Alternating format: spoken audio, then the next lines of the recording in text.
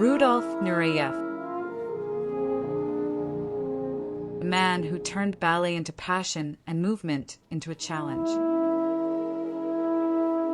He was called the king of the stage, the czar of ballet, a man whose name was known on every continent.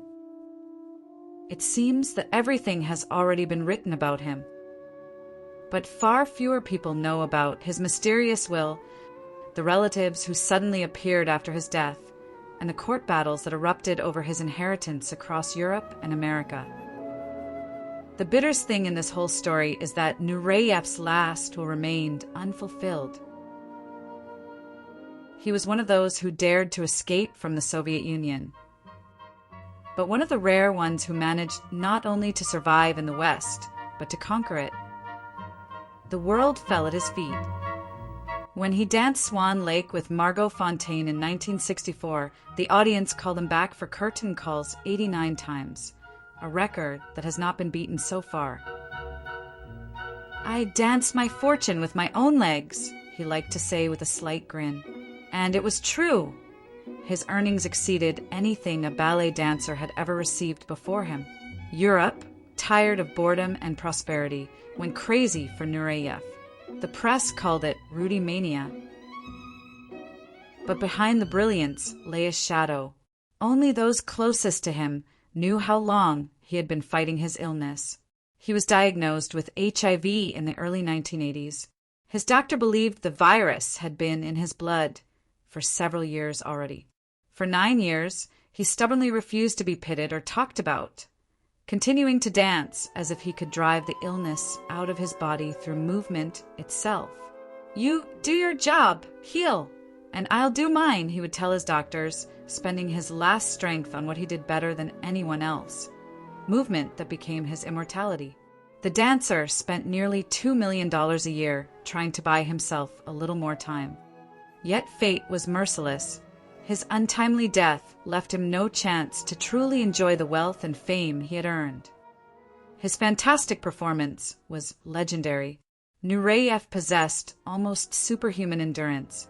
He could perform the Sleeping Beauty in Paris on a Tuesday and shine as Don Quixote in Tokyo by Thursday.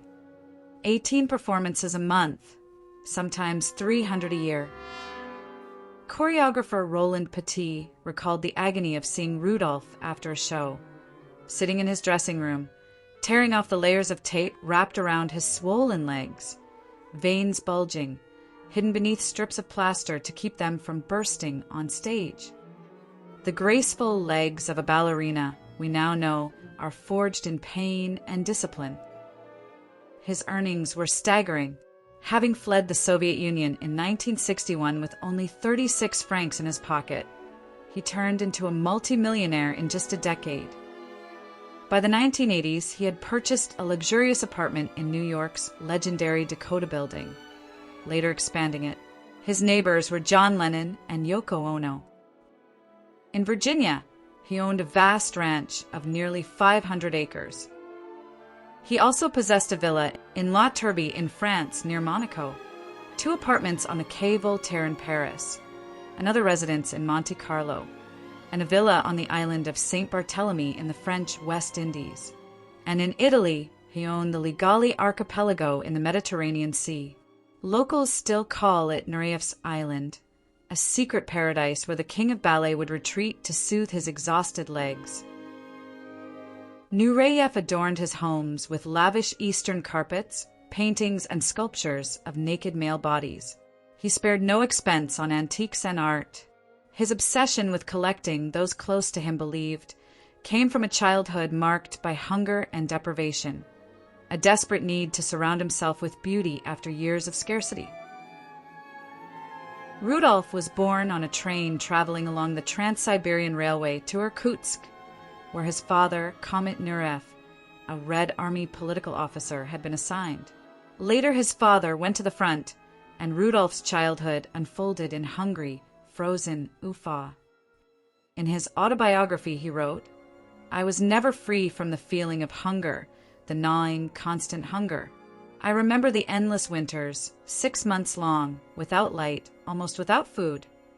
He recalled the tiny room where the whole family crowded together, surviving on a single potato, and his mother, exhausted, working herself to the bone to feed him and his 3 sisters. The youngest, and perhaps the dearest, of his sisters, Rosa, was the first whom Rudolf brought to the West as soon as he had the chance. She came with her daughter, Güzel, whom he treated almost as his own child. Working hard, he successfully invested the millions he earned in financial schemes and even preferred Austrian citizenship, where there was the most lenient tax treatment. Following the advice of his lawyers, he created 2 major trusts during his lifetime. The purpose was practical, to optimize taxes. The dancer thought they were too high and lamented, "Everything I have comes from the work of my feet. What do the bureaucrats have to do with that?" Stories of his frugality became almost legendary. He rarely carried cash, and, as rumors went, others always picked up the bill when dining with him. Yet, once inside an antique shop or a high-end boutique, he could easily spend a fortune. In April 1992, shortly before his death, Rudolf Nureyev made the last changes to his will. He appointed the American lawyer Barry Weinstein, with whom he had been cooperating since 1974, as his manager. He distributed all his assets between 2 foundations, the Rudolf Nureyev Foundation, Europe, in Liechtenstein, and the Rudolf Nureyev Foundation, America, in Chicago. The first one was supposed to be exclusively engaged in supporting art, but the second one provided for the distribution of income from capital to beneficiaries, namely the Nureyev family. The will stated explicitly that his sister Rosa was entitled to live rent-free for life in his Monte Carlo apartment. He had once promised to gift her the residence, but after falling out shortly before his death, he changed the terms, hence the legal compromise. In addition, she received $200,000. Her niece was to inherit $50,000.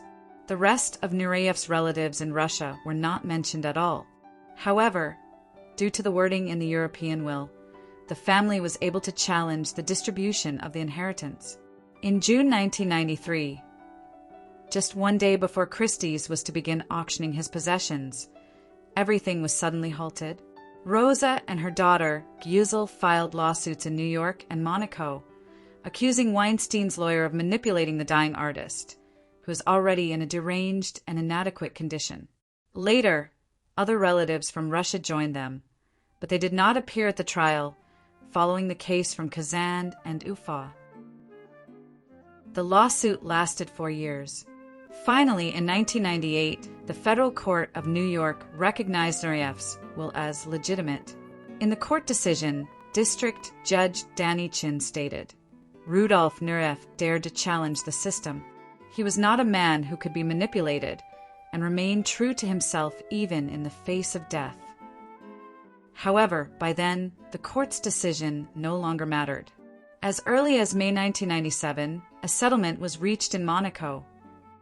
Rosa received the lifelong right to live in her brother's Monte Carlo apartment, a monthly allowance of $1,500, and a one-time payment of $1.8 million. In exchange, she renounced any further claims. The Russian relatives were not included in this agreement. The moral here is clear: fight for your rights. Be persistent heirs and take legal action. Unless, of course, there is someone, and for what? So, how did the King of Dance intend for his hard-earned fortune to be spent after his death? Nureyev, who had served as director of the Paris Opera Ballet for 6 years, dreamed of preserving his legacy by creating a museum of the same name in Paris. He wanted to keep his iconic stage costumes, set designs, and personal belongings. Everything was in abundance. But for strange reasons, his foundation could not even find rooms in any museum in Paris. It was only in 2008 that Rudolf Nureyev's collection found permanent shelter in the unique and only CNCS stage costume museum in the world in the town of Moulins, Auvergne region, which is located about 3 hours by train from Paris. If you are planning a trip to France, CNCS is definitely worth a visit. The exhibition showcases original items from his life and career, staged with theatrical flair in the spirit of the artist himself. More than 70 costumes, personal belongings, posters, and memorabilia from Nureyev's career, including photographs and film stills. Every 6 months, the Nureyev Foundation updates the display. I am not sure that the ballet king would be satisfied with the location of his priceless heritage. It is too far from the Louvre. But nevertheless, it is the center of France, and today this museum is the only one with a permanent and extensive exhibition. There is also another Rudolf Nureyev Museum, located on the second floor of the Bashkir State Opera and Ballet Theatre, the very stage where Nureyev first performed. The museum was opened in 2008 to mark the 70th anniversary of the birth of the famous Ufa resident. Thanks to the efforts of theater staff and local enthusiasts, including Nureyev's colleagues and contemporaries, it became possible to preserve his memory locally. The International Nureyev Foundation officially granted permission to use his name and even sent 156 of Nureyev's personal items to Ufa. While they are on temporary display, it is still a remarkable gift. What is included among these treasures? There are the very travel bags with his initials, worn and scuffed from journeys all over the world. Passports, documents, stage makeup, posters, including rare Broadway posters from the 1970s, and, of course, costumes. Not just stage clothes, but genuine relics. Here is the costume of James from La Sylphide, 1964. Here, Jean de Brienne from Raymonda. And here, Don Basil from Don Quixote. These are no longer mere fabrics and buttons. They are blood and sweat, a part of his dancing destiny. And now, they reside in Ufa, where it all began. Photographs, and even soil taken from the dancer's grave. These items were delivered to the foundation in 2023 through intermediaries, under the supervision of director Amina Jaman. Rudolf Nureyev also dreamed of creating an international ballet school. Perhaps someday it will come to life. For now, since 1994, the Rudolf Nureyev Dance Foundation, USA, has been awarding grants and scholarships to young dancers worldwide. Concrete figures on this support remain elusive. Perhaps some of you know more. Feel free to share in the comments. The maestro carefully concealed his diagnosis. He never fully accepted the truth of his illness, considering the king as if immortal. He avoided saying the word AIDS aloud. Yet, he lived 14 years with this devastating disease. Part of his foundation's funds were bequeathed to the search for a cure for the plague of the 20th century, which had claimed so many lives, including his own. To this day, there is no concrete information about any direct assistance from the foundation to the Pasteur Institute, no clear figures regarding grants for pharmaceutical research, and not a single scientific laboratory has been established at Harvard under the foundation's auspices. Public sources report that the foundation allocates over $50,000 annually to programs for the rehabilitation and recovery of ballet artists affected by AIDS. While working on this film, it seems we have finally uncovered the answer to the question that has haunted so many. Where did the millions bequeathed by the great dancer actually go? Nureyev's legacy is not merely property or paintings. It is capital invested wisely, a fortune that continues to work. From its interest and dividends comes real help to those in need. Today, the foundation is headed by Baroness Deborah Bull-CB, former principal of the Royal Ballet in London, Prix de Lausanne 1980 laureate, and a member of the House of Lords in the UK. The foundation continues its work. In every grant awarded, in every life saved, no matter the size of the donation, the maestro himself lives on, the one who loved so passionately and wanted to live so desperately. For the millions of fans, and even for the relatives of the King of Ballet, the exact details of how his millions are spent may matter less. What counts is that the records remain, and in them, he is still there, Rudolf Nureyev. Open any of these records, and an entire world unfolds before you. where the epic faun pulses with the rhythm of passion and Le Corsaire soars above pain and time.